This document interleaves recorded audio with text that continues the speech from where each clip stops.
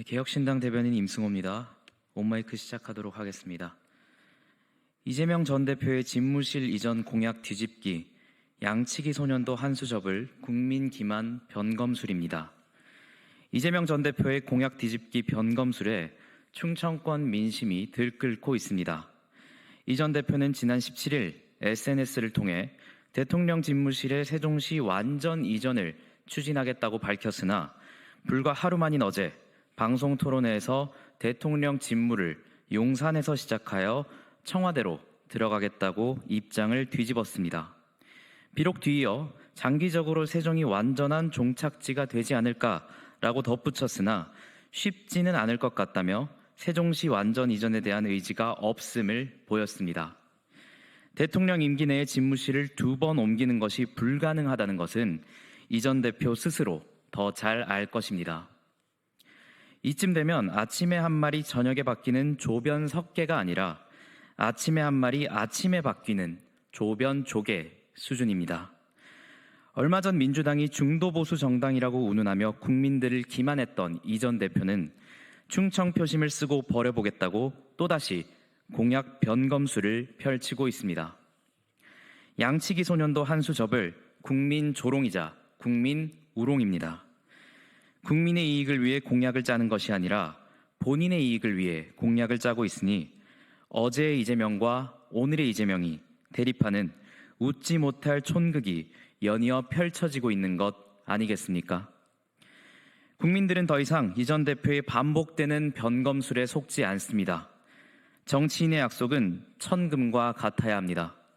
그럼에도 언어의 물개를 알지 못하고 경박한 언행을 반복하는 이 전 대표에게 국민들은 매서운 회초리를 들 것입니다. 이상입니다.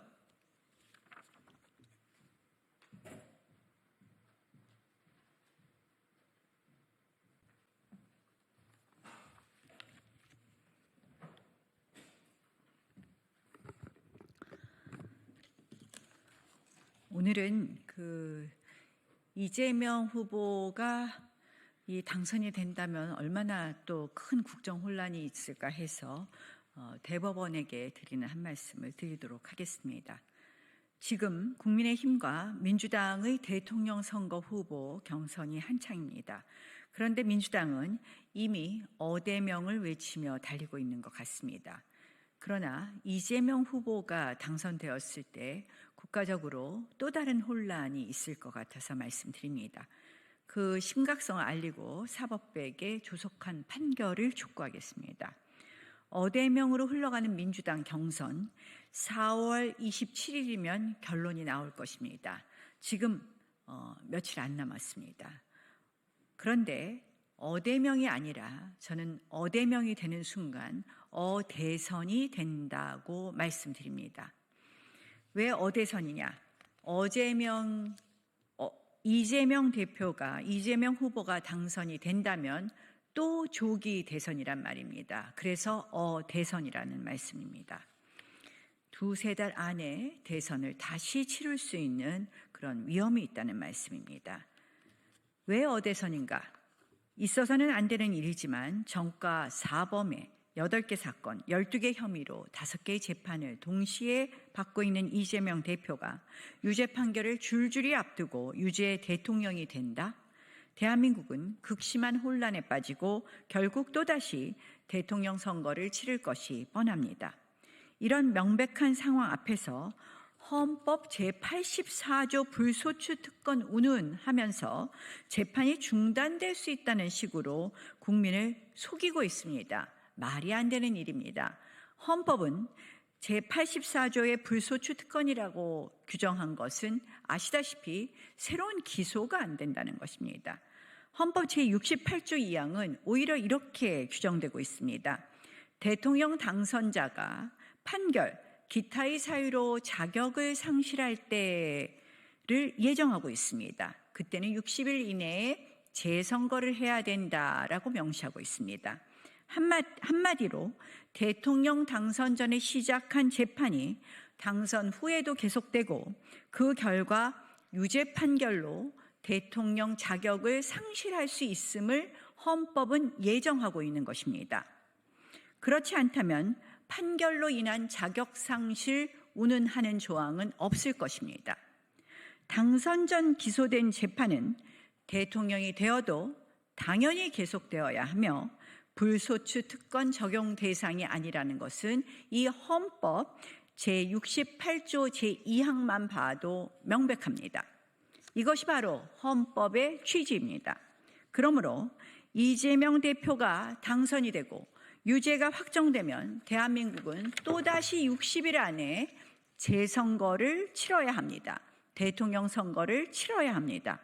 이런 헌법적 혼란과 국정 공백을 막기 위해서라도 대법원은 더 이상 좌고우면하지 말고 이재명 대표 선거법 위반 사건의 잘못된 판결을 신속히 바로잡기를 촉구합니다. 이 사건은 공직선거법상 재판기간 강행 규정을 어겨도 한참 어겼습니다. 1심부터 3심까지 12개월 안에 끝냈어야 할 사건이 이미 30개월이 넘겼습니다. 명백하고 심각한 강행 규정 위반입니다. 선거 범죄는 신속 처리가 생명인데 사법부가 스스로 법을 어기고 있는 셈입니다. 특히 이재명 후보의 공직선거법 위반 사건 2021년 10월에 있었던 일입니다. 그 이후에 여러 가지 관련된 자들의 극단적 선택도 있었고 2022년 9월에 검찰이 기소해 재판이 시작된 것입니다. 여기서 관련자의 극단적 선택은 다른 이재명 후보의 사건과 관련된 말씀임을 다시 한번 말씀드립니다.